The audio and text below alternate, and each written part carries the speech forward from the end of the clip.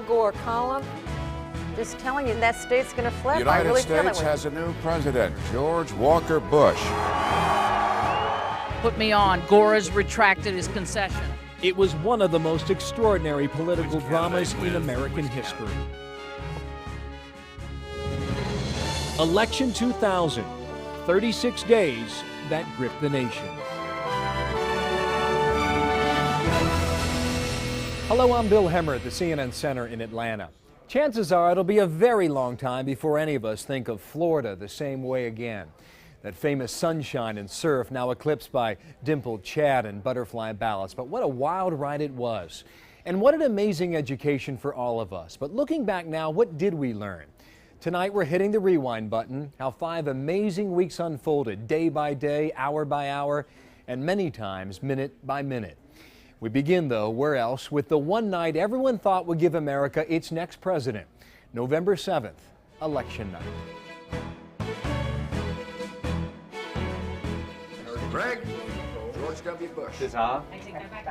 Track it full, kill everything else. I'm doing great today. I feel good. I will feel better when I know that our people are going to go to the polls, and that's why I'm calling. Have a picture ID, please.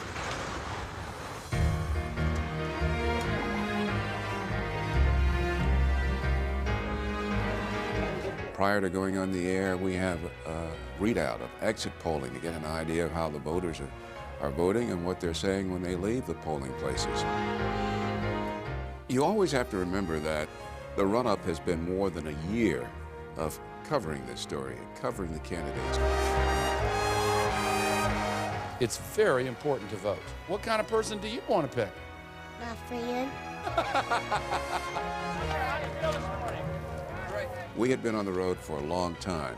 Election night, November 7th, constituted our grand finale. Stand by your music, understand we're all acts. It was supposed to be a close election, but you know, you never really know whether the polls are going to be right on or not. Testing, 1, 2, 3, 4, 5. Thank you. Testing. We've all covered elections, so yes, we thought it was going to be close. For the first time in 25 years, we didn't know who the president was going to be hours before we went on the air. The normal thing that has happened over the last quarter century, from 1980 on, is around 2 o'clock, the exit poll results come in. In 1996, we knew at 2 o'clock that Bill Clinton was going to win. In 92, I think we knew around 5 o'clock that Clinton would win. We certainly knew back in 88 that Bush would be a handy winner. We knew that. This one, we did not know it. 1, 2, 3, 4, 5. As close as it looks right now. People would come up to me, including some CNN executives, and they would take me aside and say, Bill, tell me, what do you really think is going to happen? I know you can't go on record on this, but what do you think is going to happen? And I would say, quite honestly, you know, I don't know. And I was right. A big call to make. CNN announces that we call Florida in the Al Gore column. This is a roadblock the size of a boulder to George W. Bush's path to the White House.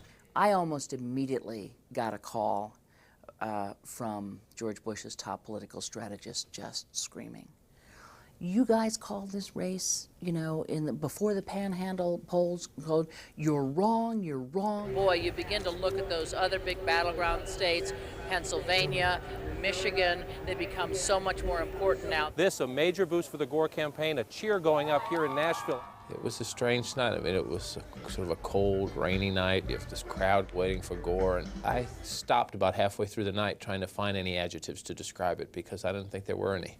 The results in Florida have got to be bittersweet for the Bush family. Of course, the brother of Governor Bush, the sitting governor in Florida, that can't be a happy one for the Bush family. There are 500,000 absentee ballots out there. I'm just telling you, that state's going to flip. And I do remember Governor Bush saying something to the effect, I'm not sure, we've got our own information. I believe we've got enough evidence to be able to call the state. We're running much stronger than we need to in the Democrat areas. And about the same time, Karl Rove, Bush's chief strategist, telling us in an interview. We feel good about Florida. I listened to that, we all did, and we thought, well, is this partisan spin? Little did we know that the fact is that they had some real serious reasons to express those sentiments, and that became apparent very quickly. George Bush has got to win Ohio. He has got to win Tennessee and Arkansas. He has got to win Missouri. These projections are not infallible. There are times when the networks have to eat a hearty portion of crow. And I was saying on the air at that moment, you know, sometimes we do have to eat crow with these predictions. I stand by. At that moment, Bernie comes in and says, we're taking Florida off the table, which is when I piped up with, Oh, waiter. Too close to one order of crow, please. Crow, yes. It needs to be said, I think, that part of the problem was that everybody got complacent about the accuracy of these calls. I think you can hear the crowd reaction. It was a moment to gasp. My God, this is incredible. We're pulling back Florida. We pulled back calls in a few other cases in the past, but a big one like this in Florida, that was a real surprise. So they just traded off, right? Bush gets Florida, he wins. Working this through. What if Gore gets Florida and Bush gets the other state? Then Bush wins. And then all of a sudden, everything was unknown. The end of the night was unknown. We didn't know where in the world things were going or how long this was going to last. Florida is, Al Gore got what he needed to get. I remember Hal Bruno, who was there that night, standing there showing us a close-up map of Dade County, Broward County, and Palm Beach County. Now, little did we know what those three counties would come to mean later on. Now, the strength of the Democrats is here in Miami. I remember he was pointing out the Gold Coast, saying, you know, once we know, you know, what these votes do, we'll know more.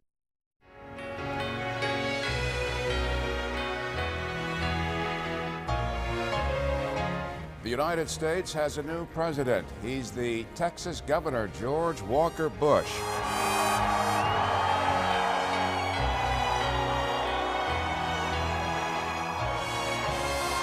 I remember being focused on what Hal Bruno and some other people were telling us, that these votes were still coming in, and then it seemed like 20 minutes later, we called Florida for Bush at 2:15, 2:18 in the morning. And I remember thinking, how did this happen so quickly? These people who were doing these calculations must have, you know, they must really have a crystal ball that's working now. Never was there hesitancy in my mind because we had a staff of people who were watching the exit poll data, and once they reached a conclusion about the race, the information was relayed to us on the anchor desk. Absolute redemption. And it fell to me to report that, and I reported it. Talk to me, please. Hey, Gore called Bush. He's going to concede in the speech here. Bush wins. Florida goes Bush. The presidency is Bush. That's it. There were gasps of no and screams of no, the faces quite glum. And people started moaning and groaning and booing, and a lot of them started turning around to look at where we were up on the platform.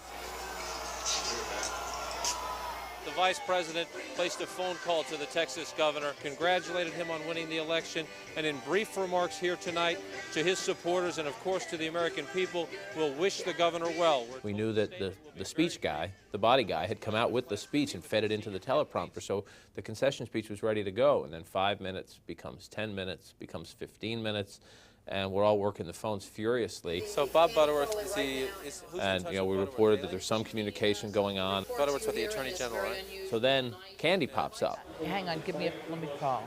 The producer hands me the phone, and the source says to me, the vice president has just called the governor and retracted his concession. Anything else I need to know? And I said, Okay, okay. thanks very much. I mean, it took me 3 times. I mean, I felt like it was some sort of biblical thing going, tell me that again, are you sure? Because it's one of those stories that you think, and I knew nobody else had it. So that's a very exciting time, but you're almost scared of it. Put me on. Gore has retracted his concession. Stunned disbelief. That was the most memorable moment of the evening. That's when I believe I audibly gasped and said, I don't believe this. Because of where the CNN anchor desk is, in that newsroom, surrounded by perhaps 100 people or more, there was an audible gasp. That's the sort of thing that you just don't think is going to happen, but you actually heard. Al Gore calls George W., and he says, you know, since our last conversation, things have changed. And I'm being told by my people on the ground in Florida that I might actually win. And Governor Bush says, well, I'm sitting here with my brother Jeb, and Jeb says there's no problem that I'm going to win Florida, and I don't know why you would want to do something like that. And so the vice president says something to the effect of, now don't go get snippy with me. snippy. We do not have a winner in our electoral college count because the state of Florida is now rated officially as a toss-up.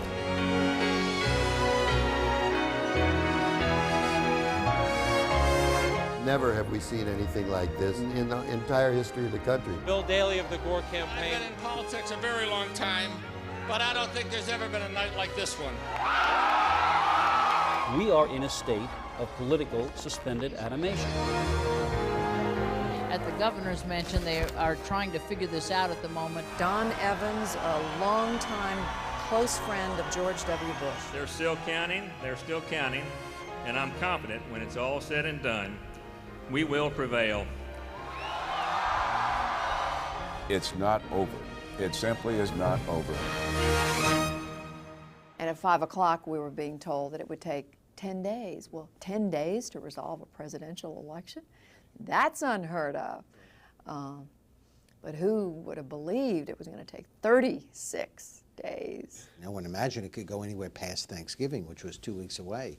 But I figured by the weekend we'd probably know, because it's usually not that complicated a process to count the few remaining votes. As soon as I think anybody looked at the state of Florida's rules for recounts and 7 days and a contest period, and that this was where the presidency was going to be decided, and that we were down to a margin of under 1,000 votes out of 6 million, yeah, I think the sense was that just nobody knew how long this was going to take.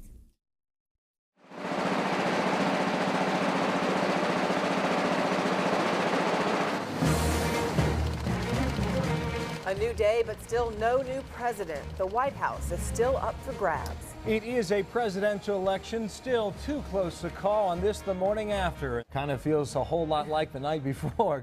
I went on the air on my regular shift at 9 a.m. the next morning. Tired from the night before, but just like, wow, we're supposed to get a president, right? I mean, that's why we have this national election, and that's what everybody thought. But clearly, this was not the normal election. Bush wins it. A couple hours later, the Miami Herald comes out with "not over yet." Certainly an accurate headline this morning, because we just don't know where things stand. How many hours of sleep did you get last night? About 2. How about you? About 3 and a half, actually. Morning. I think Bush initially made a mistake in assuming he had won. Secretary Cheney and I have carried the state of Florida. It looked very presumptuous. I'm in the process of planning in a responsible way a potential administration. He was looking presidential in the photo opportunities. Morning, everybody. He seemed to be going out about the business of setting up his transition.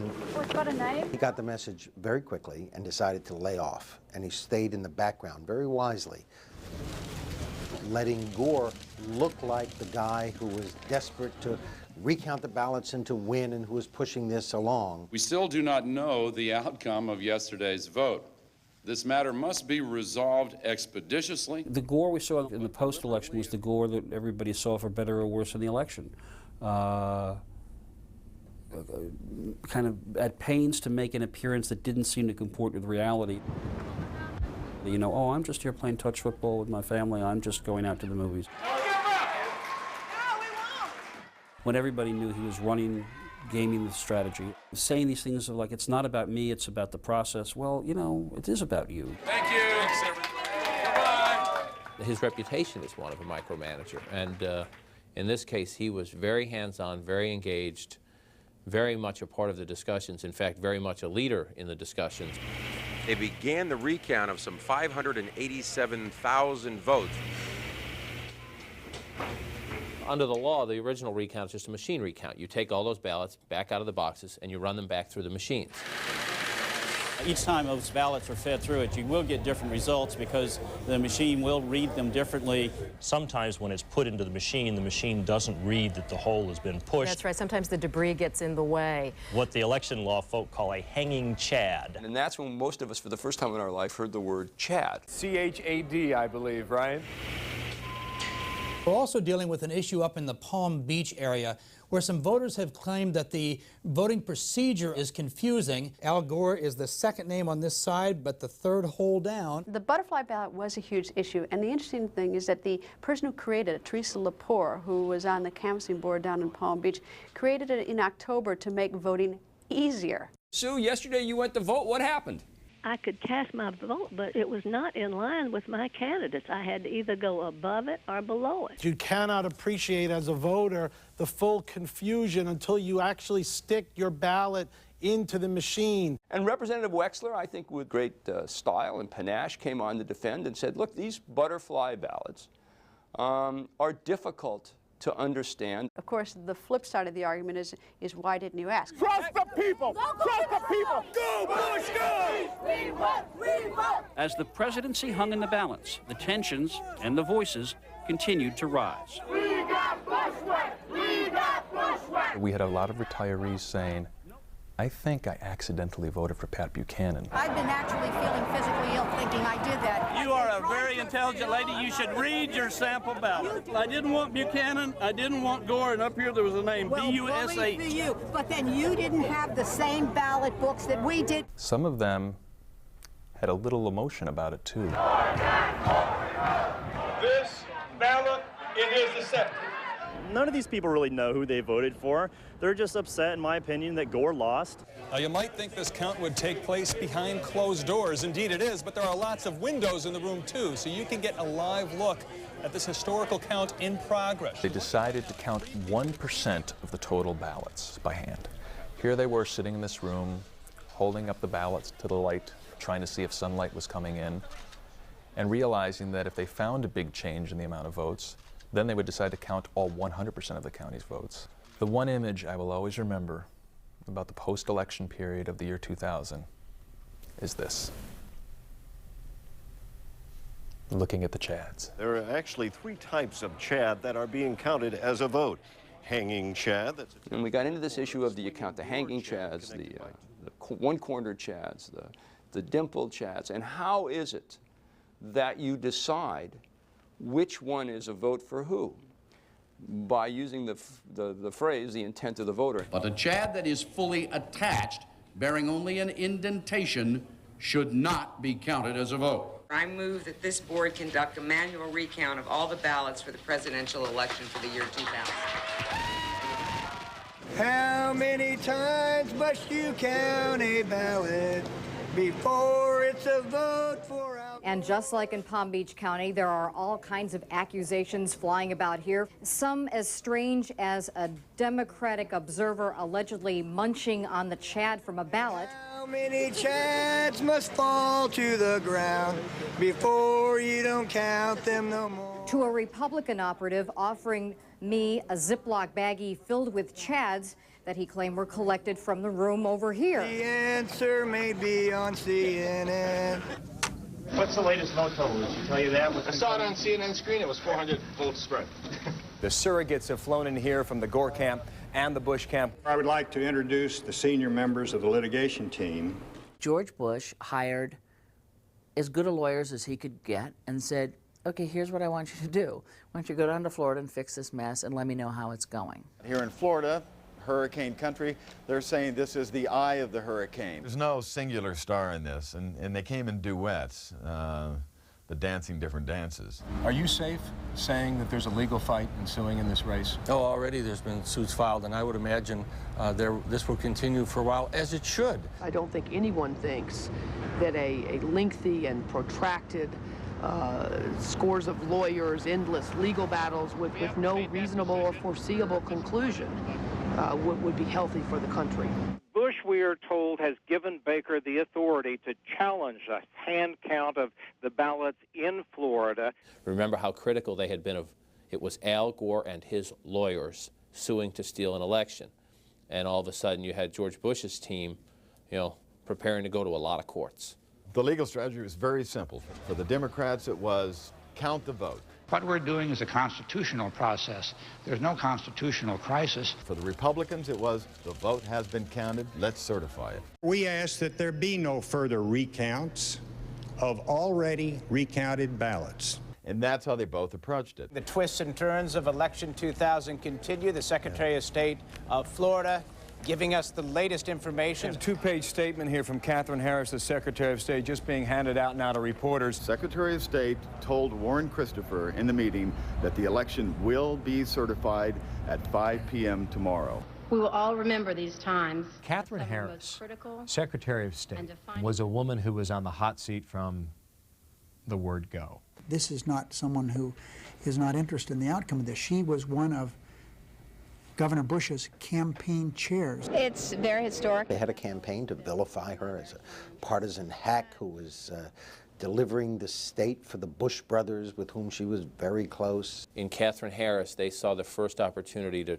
swing the political debate and to say, what's the hurry? We're only trying to count votes. Why would George Bush's crony want to shut down the count of the votes? And so there were anonymous phone calls from Gore aides and leading Democrats saying, you know, she campaigned for George Bush in New Hampshire.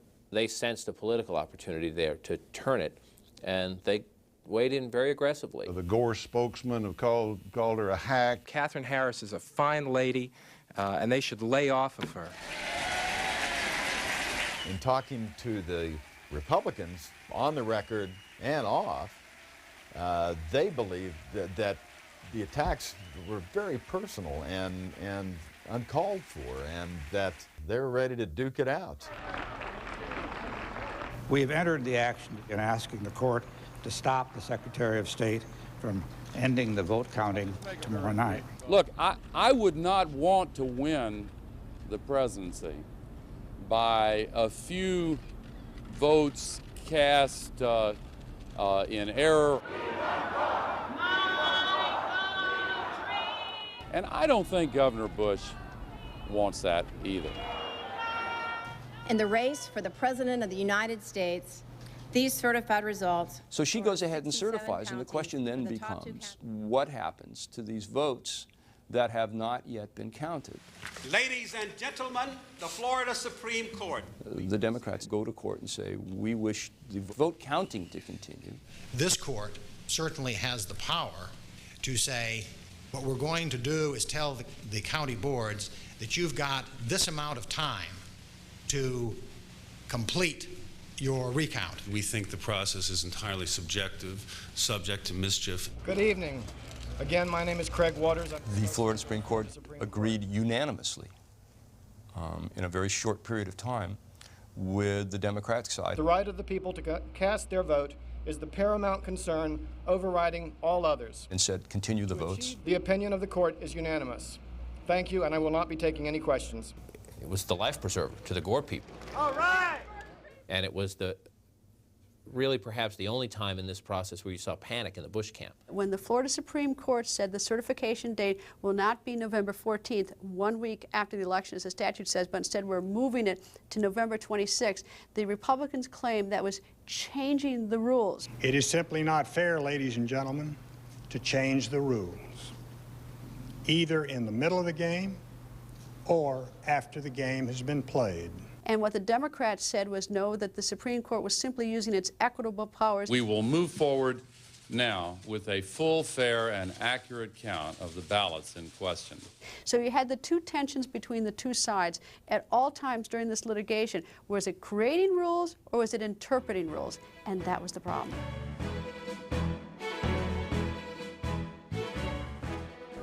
Okay, 2 minutes to me. Can you send our runner upstairs to find out exactly what vote count they mean? Good morning, Bill. A major decision just issued. Miami-Dade Canvassing Board has decided now to consider only the so-called undercount. I concur. When they made that decision, Republicans were outraged. They already felt that this process was skewed against them. They were angry, and that's when they went upstairs to begin their protest. The Republican observers who are protesting upstairs were trying to get into the area where the canvassing board was moving its vote to observe what was going on.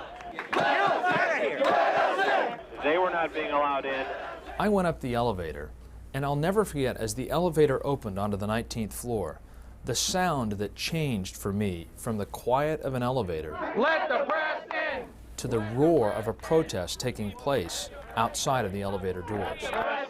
And are you getting the feeling that this is out of control, or this seems quite unusual? Everything's been pretty calm to this point. These are the observers who have been a part of this process, who are now being told they were no longer needed.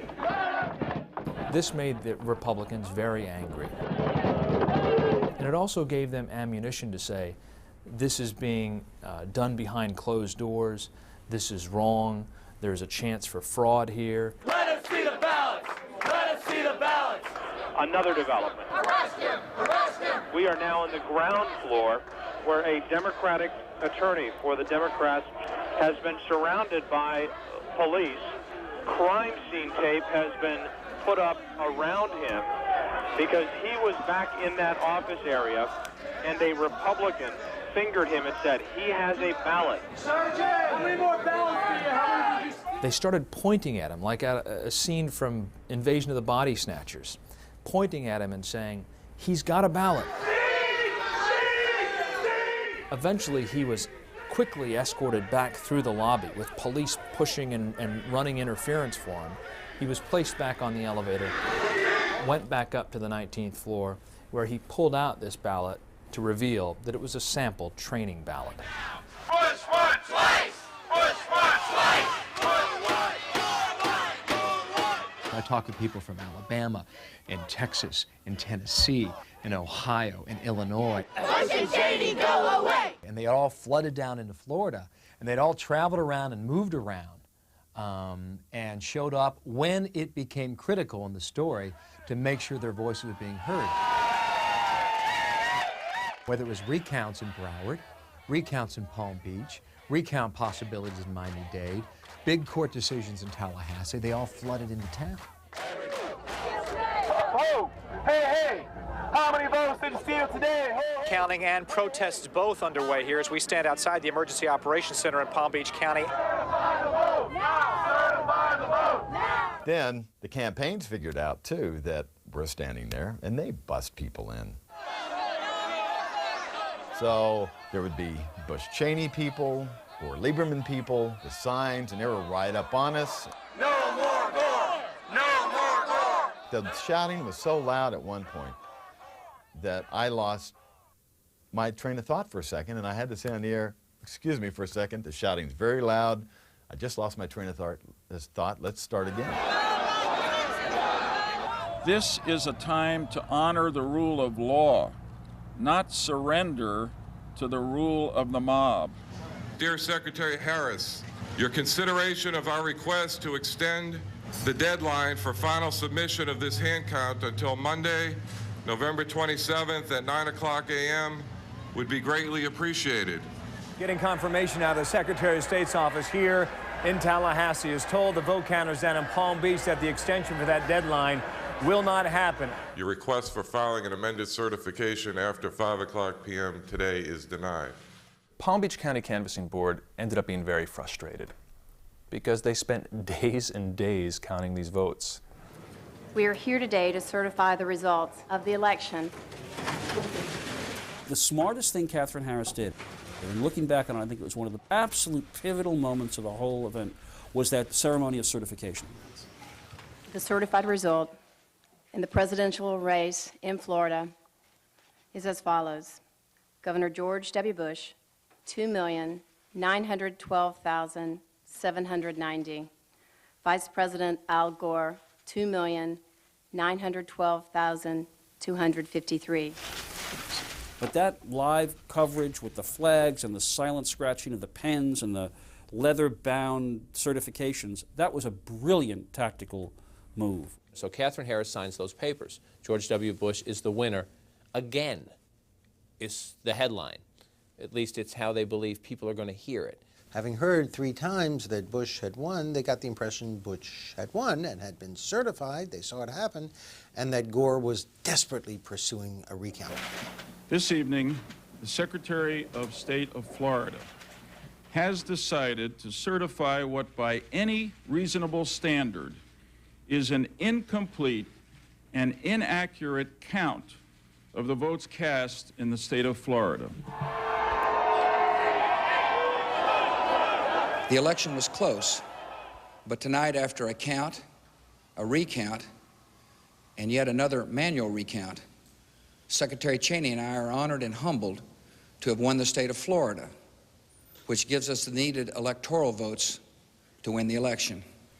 A vote is not just a piece of paper. A vote is a human voice, a statement of human principle, and we must not let those voices be silenced. Al Gore, the fight song, which we heard repeatedly through the campaign, prior to that had been somewhat generic. Well, who was he really fighting for? Well, now he was fighting for a principle, for every vote to be counted as he said it, and for some key and important core Democratic voters. Time is running short. The public opinion polls, now even a large chunk of Gore voters, are saying it's time to shut it down. And so, so their strategy has to change now, and you're going from protesting the election to contesting the election. So, as provided under Florida law, I have decided to contest this inaccurate and incomplete count in order to ensure the greatest possible credibility for the outcome. The calculation was made that we're hemorrhaging, and we need to get the vice president out to make the case that this is not over. Don't bail out yet. And to try to do that with a tone that came across as, look, all I want is to count every vote. And I'm not saying I won. I'm just saying that I want to count every vote. And if I didn't win, fine, we'll move on. That was the tone they wanted to strike, and they decided that they needed him to do it because the alarm bells were ringing. Once we have that full and accurate count of the ballots cast, it has been almost all Gore all the time on the television networks. The only way to avoid having a cloud over the next president is to count all the votes. The Bush team, during the time that Al Gore was, as they called it in the Bush camp, all Al all the time, they felt very strongly that they needed to keep George Bush. He didn't need to be out there. On the one hand, we've been criticized for being too forward-leaning. Now you suggest maybe we're too laid back. Then I would suggest you can't have it both ways. Appearances were very scarce. After after that initial, okay, it's been certified, and Al Gore went on the offense, all George Bush really needed to do was sit back and keep planning transition, and that's what he did. Now we see George W. Bush, Dick Cheney, Laura Bush, Mrs. Cheney, and the Powells walking out. Governor, with Al Gore all over the airwaves, is this press availability in part because you're responding to criticism that you've appeared out of touch in the past few days? Out of sight and out of touch? That's pretty humorous, Dave. Thank you all for coming. It's because we love the press, right? Yeah. Thank you all. Thank you. What they needed, again, back to the same strategy, was they needed George Bush looking presidential. Gentlemen, how's the mood? Lawyers for Al Gore are in court at this hour, seeking a recount of some 13,000 questionable ballots. Gore wants a state judge to order a hand recount of disputed ballots in Miami-Dade and Palm Beach counties. So you have this relatively small courthouse in Tallahassee, Florida, which normally deals with county business, which was now in the business of helping to decide who the President of the United States was. We would also appreciate it if it's possible to have some help unloading the transfer boxes. I believe there will be 167 of them. Our clerk is not that big. Sanders Sauls was a judge on the circuit court level who I believe served as our comic relief. He was always there for a good one-liner. You know, I really like that guy. Sanders Sauls had a quote that we picked up on that we thought was quite simply the funniest line we had heard. He said, "All these motions you men filing at me make me feel I'm going to get nibbled to death by a duck." So that became basically our mantra. We're being nibbled to death by ducks. Your Honor, I think the court knows that we're not threatening the court with anything and we're not pretending anything. Well, even if you were, it wouldn't bother me. Wouldn't bother you a bit. I wouldn't expect it to. David Boyce himself was a very fascinating character because we stayed in the same hotel. He stayed across the hall from me. And, you know, I thought I didn't bring many clothes down. Well, David Boyce brought even less. He had that same rumpled blue suit and that knit tie and those black tennis shoes. And, but he was always, you know, in a good mood, it seemed like. Always had a smile. I think the inevitable effect of what they have done is to make it more time-consuming and confusing, and I think anyone knows that. Let me tell you, we begin always with the premise that we don't believe that it's appropriate to manually recount any ballots at this stage of the proceedings from anywhere. Do you wish me to look at the witness list? Barry Richards is a Democrat. Barry Richards, according to one of his best friends, voted for Al Gore. And Barry Richards told me after it was all over that his mother, who's a Democrat down in South Florida, would call him up and say, "What are you doing representing George W. Bush?" He said, "This is my job. I believe he's right with the law. Has nothing to do with politics." They can send up the ballots that are contested right now. We can't think of any need to hold up our ballots, the contested ballots, which are a few thousand in each case, for the hundreds of thousands of other ballots. I'm gonna leave it to them. What do y'all want to do down there? You want to send up two times, or you want to do it once? It's your call. One time from Miami. One time it is. All right, that's it. So more than 1 million votes were loaded aboard trucks and trekked from South Florida to the state capital of Tallahassee on a ride that people all over the United States watched throughout the day. We are awaiting the Ryder truck. We anticipated to come later this afternoon, possibly between 3 or 4 o'clock, depending on progress on the interstate system here. I felt that some of us actually were somewhat amused by it because it felt like, in all honesty, another O.J. scene. There's always a moment in these things, no matter how high or low the story, when there's a playful spirit at work. Well, in the case of the Ryder truck, this is television, all news, all the time, at its silliest. That is, you point your camera at something of no consequentiality unless the truck had been hijacked by agents of the Gore or Bush campaigns. Now, because you pointed a camera at it and put it on live TV, it has to be important. You know, it's something that the critics will harp on. Here's this Ryder truck and whatever, but, you know, it was, heck, bottom line, it was good television.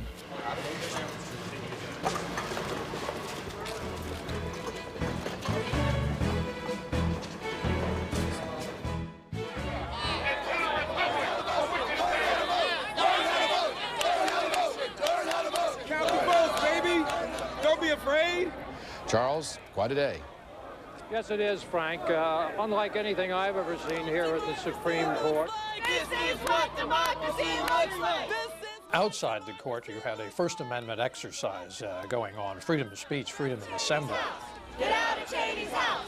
Get out of Cheney's house. I want you all Americans to wake up, wake up, wake up. So there was some street theater, but it was street theater in the pursuit of democratic free speech. And I walked outside, and it was an absolute madhouse. There was wall-to-wall people. Indivisible, with liberty and justice.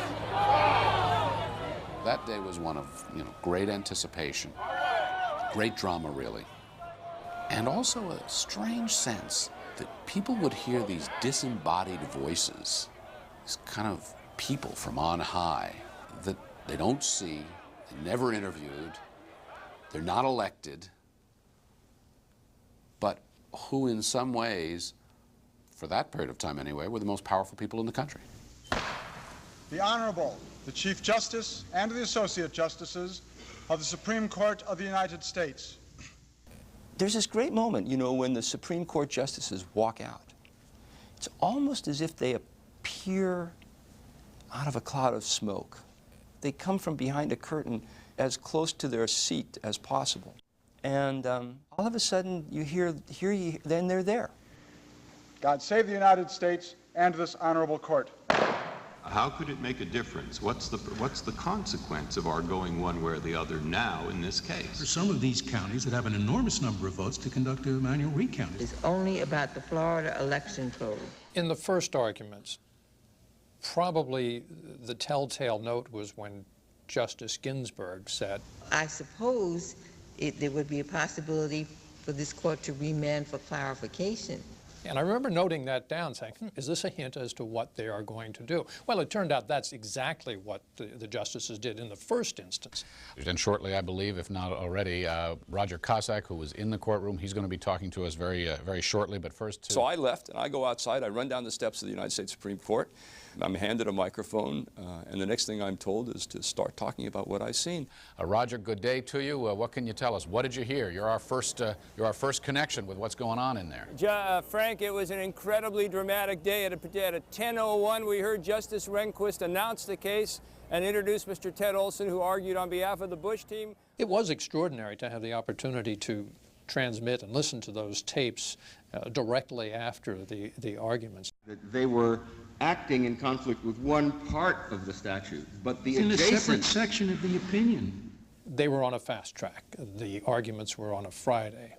Normally, it's weeks, if not months, until an opinion comes out, but they knew the deadlines. And we'll see how the justices decide right really is when we get their opinion. No precise word when it will come. The justices themselves, after arguments, at some point will convene in the conference room outside the Chief Justice's office, and each in turn gets to speak his or her piece on the case that they've just heard, and they basically wind up taking a straw poll. Where are we in this? We are waiting now to what could be rather significant rulings in this race for the White House. The U.S. Supreme Court could rule at any time. This is an audience of senators and cabinet have to go in and interrupt you. I mean, I know that was a huge moment, but it looks like we have a huge moment right now coming out of the U.S. Supreme Court. Just getting word from Associated Press that the U.S. Supreme Court has set aside the ruling on hand-counted votes in Florida. Manual recounts of ballots and the certification of the recount results. Pardon me for being out of breath. We're actually all sitting in the courtroom listening to arguments in another case when a person from the press office came through and handed this to us. The first one was a rather short opinion, and it was very clear, at least if you quickly page to the end. It was, I had 2 pages. I think mine was a 2-page printout.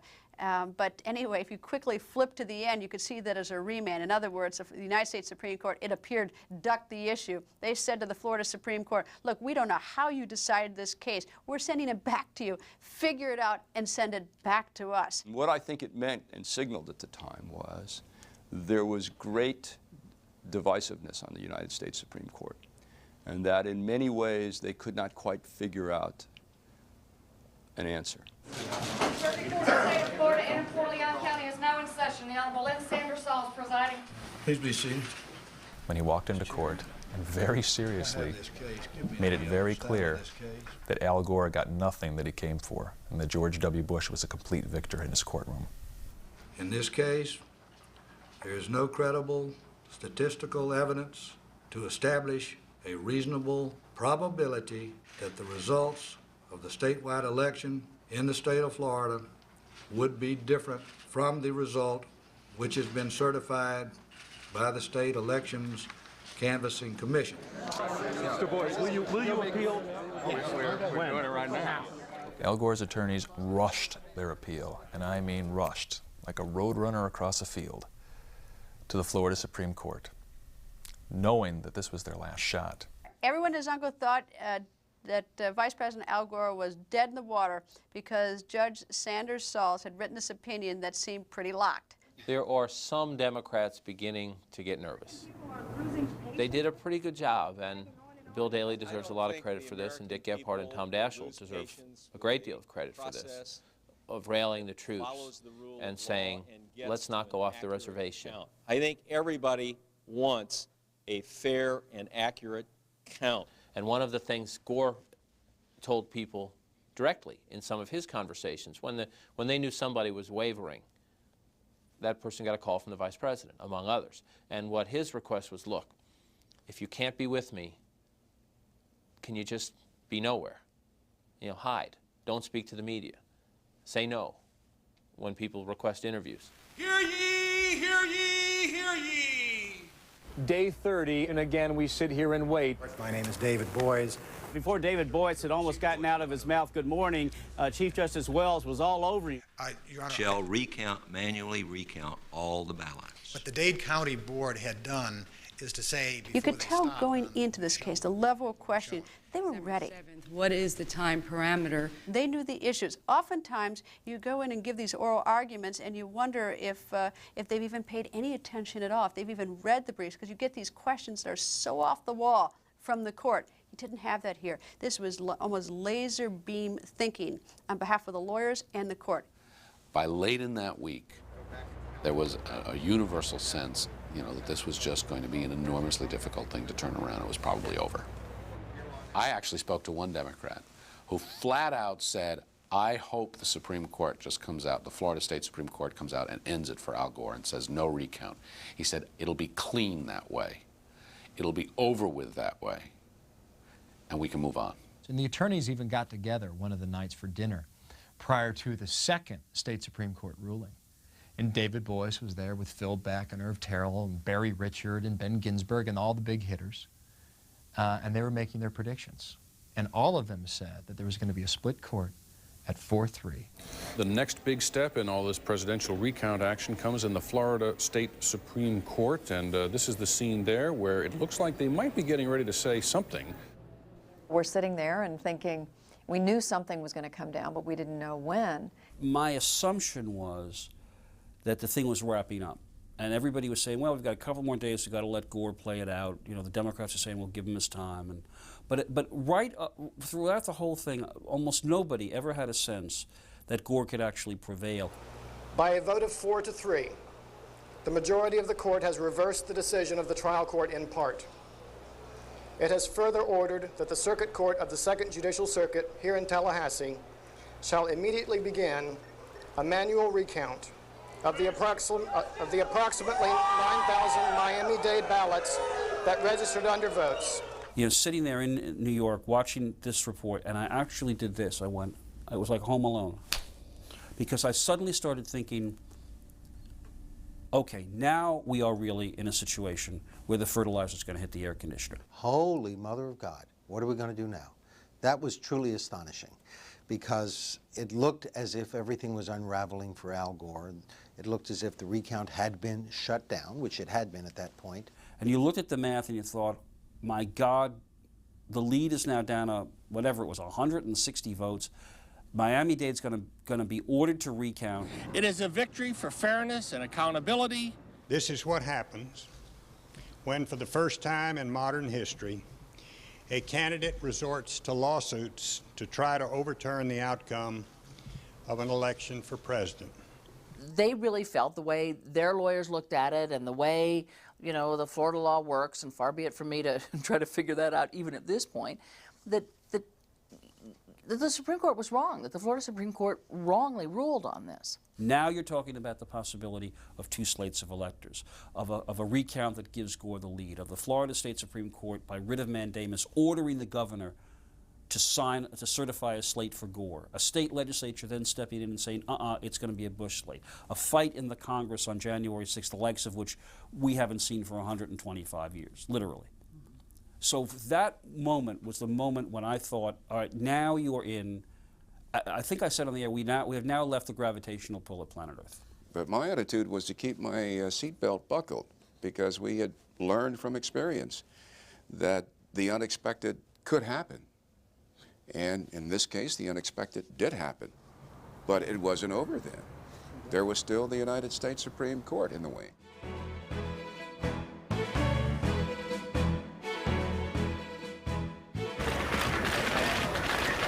I went to the library where they were starting to count in Tallahassee.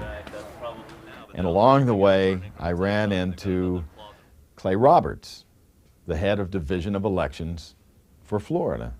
He's walking real fast, and I'm walking real fast.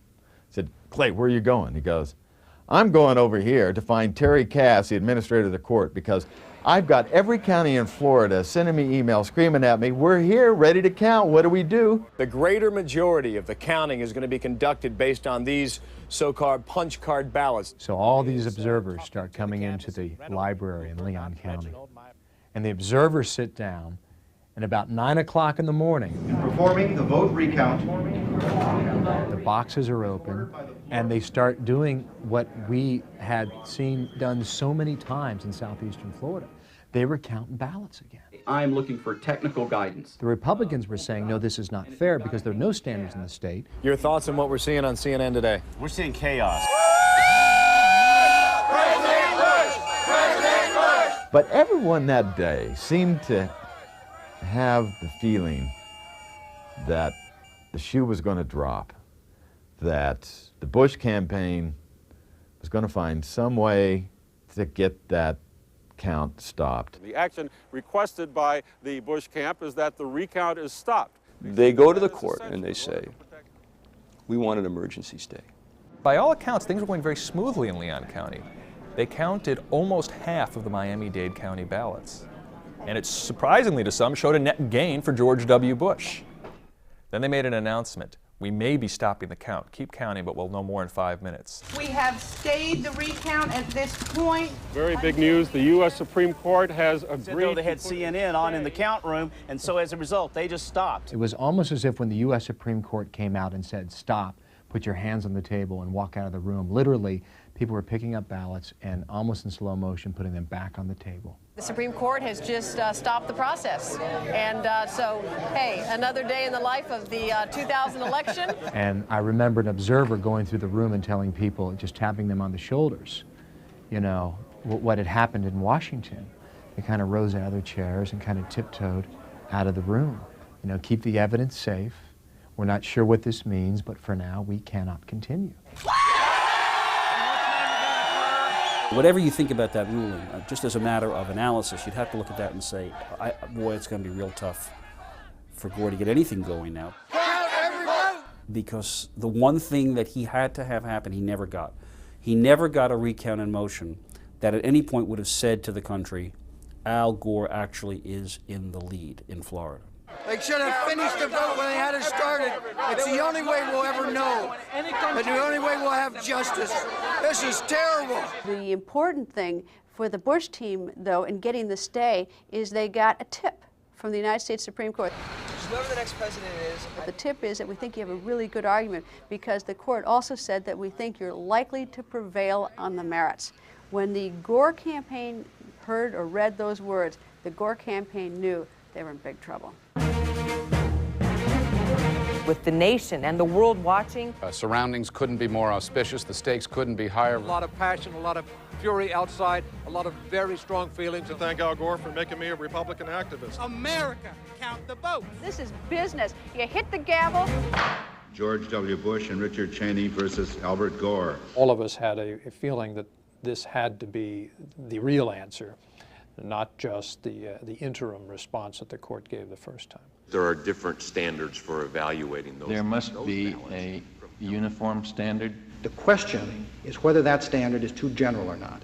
I understood clearly from listening to those arguments that there was a great concern among members of the court about the equal protection argument. The standard is whether or not the intent of the voter is reflected by the ballot. That is the uniform standard throughout the state of Florida. That's very general. It runs throughout the law. Even a dog knows the difference in being stumbled over and being kicked. We know that. If certain votes are counted one way in one county and they're not counted the same way in another county, aren't those votes that aren't counted that way, don't they count less than the other person's votes?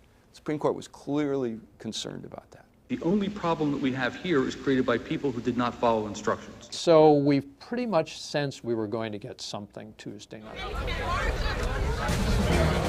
The decision is going to come out The judgment of the Supreme Court of Florida See all my colleagues madly going through a decision. is reversed. As I passed the door of the press officer, she said, page 13. By this time I was on the fly, cell phone in one hand, opinion in the other hand. So I'm going to have to extract that. Why don't you talk to Ken while I look for it? And I remember saying to Charles on the air, in effect, take your time. And what I was signaling to him was, don't be intimidated by the fact that we're on live worldwide television. It was almost as though they wanted to say to the press, yeah, you're here at 10 o'clock at night? Lots of luck. Let's see you pull this one off. Listen to this language from the justices. Without substantial additional work. Without substantial additional work. The safe harbor date is today. Run smack against the calendar. You have to come up with a standard. I was the guy freezing in front of the United States Supreme Court in my parka. That satisfies the Equal Protection Clause. what the justices said was, it's going to be almost impossible. You'll have to make changes. You'll have to do things that you have not foreseen. You'll have to institute accounting procedures statewide. You'll have to institute some form of checks on that. You'll have to have judiciary review. We don't think you can do it. We, in essence, urge you not to try. Anyone looking for a resolution of this tonight from the Vice President's camp will not get it. Everyone starts wondering, will we hear any reaction directly from Al Gore tonight? Is there a possibility he would concede tonight and get out? And at that point, they were trying to come up with a reaction. Excuse me for being awkward. I need to look down to read this on my pager. They had a draft of a Bill Daley statement that they were going to release a little bit later. They were still looking it over and tweaking it, but I was fortunate enough to get somebody to email that to me. We will address the court's decision in full detail at a time to be determined tomorrow. A sense of confidence that this is indeed a victory for George W. Bush. It didn't take the Bush team long to realize they'd gotten what they believed was a total victory out of the Supreme Court. This has been a long and arduous process. But it now becomes a political problem. Okay, we've won in the U.S. Supreme Court, but they don't have a concession from Al Gore. So how do you get a concession from Al Gore? You do what the Bush team had been doing for the past week or so, which is to back off, back off, back off. Thank you, and good evening. They wanted to be off the stage and to give it to Al Gore. The Vice President has ordered the recount committee to suspend all activities and that there will be a statement this evening from the Vice President. Once freed of any notion that he's going to win, he gave an incredibly gracious and funny and loose speech.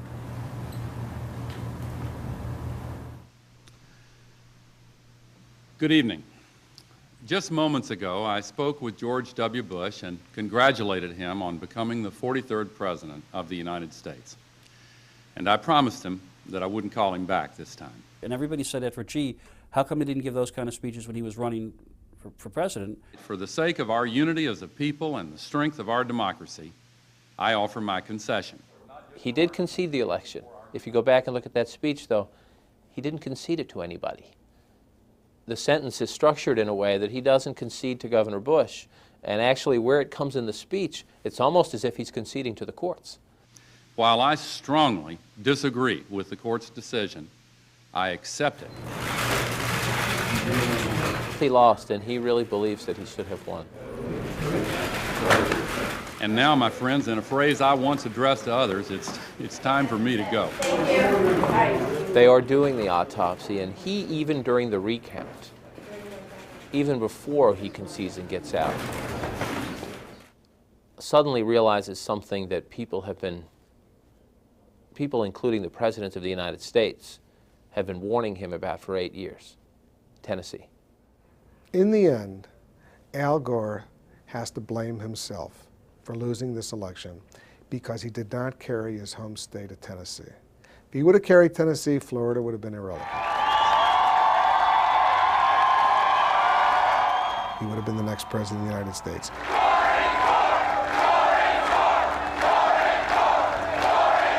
The fact is, the drama was all Gore's.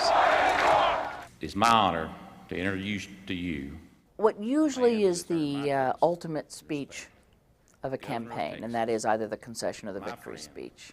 The President-elect of the United States, the Honorable George W. Bush.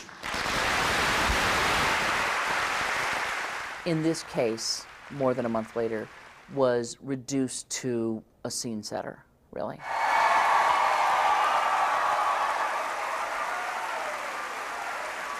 You know, the time for confetti and crowds and posters. In fact, there were signs as you went into this chamber, the House chamber of the Texas legislature, where he gave this speech saying, you know, no posters, no hooting, no, they wanted it almost like a State of the Union address. Our country has been through a long and trying period. I saw a reassuring presence, which is what he intended to do in that speech, to try to bring the country together, to play the role that he had always described for himself, to be a uniter, not a divider. And I hope the long wait of the last 5 weeks will heighten a desire to move beyond the bitterness and partisanship of the recent past. Our nation must rise above a house divided. And I thought in his speech he clearly cast his lot with the with those who said he just has to unify the country at this point. He has to create his own mandate. He has to build the circumstances of his own honeymoon. Whether you voted for me or not, I will do my best to serve your interests, and I will work to earn your respect. Because, you know, this was a honeymoon without a wedding. I think people will tend to say he's the president of the United States, let's see what he can do, and give him a break. The fact that you know, he lost the popular vote and that there is this asterisk next to Florida, you know, that's irrelevant right now. He is the president. He's going to be the president for 4 years. He's putting together a strong cabinet. Let's see how he can govern, and let's see if he can get the job done.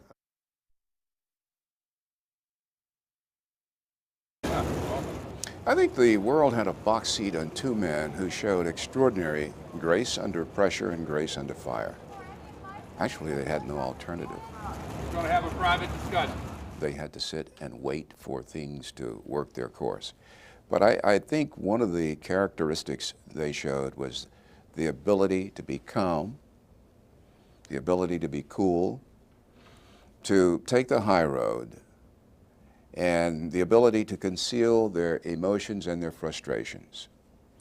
Each man knew that one would win, the other would lose. And each man knew that the world would be making judgments accordingly. There's a puncture at 2. Okay. That's a Bush vote. It will be thought of as I think, as the unharmonic convergence. A year when all the things that weird, nerdy people like me have always worried about the electoral machinery, came to pass. And that what we learned was that in a situation where all the planets align to produce this kind of race, a tie nationally, a tie all over, and a tie in the state that will decide the presidency, the electoral machinery, and for that matter, the political machinery, and for that matter, the media machinery, weren't up to the task, couldn't handle it, broke down. It broke under the weight of something that only a few strange people had ever worried about. And those of us who worried about something like this, I think will take the ultimate vindication by being able to say, you see, we told you it could happen. 36 days later, it's over. 5 weeks in a day, but who's counting? No one. And so we move away now from election 2000, but there will be plenty of new stories and new faces and new lessons to learn. At times it may have seemed that election 2000 was one endless civics class, but hopefully we're all a bit smarter now about our elections, our courts, and our country. It sure was a wild ride. I'm Bill Hemmer, and thanks for watching. Move up from Vice President to President. John, we're hearing a little bit of an echo because they're watching you on the screen. Right behind you, we're seeing 2 John Kings in the picture here. 2 is better than 1.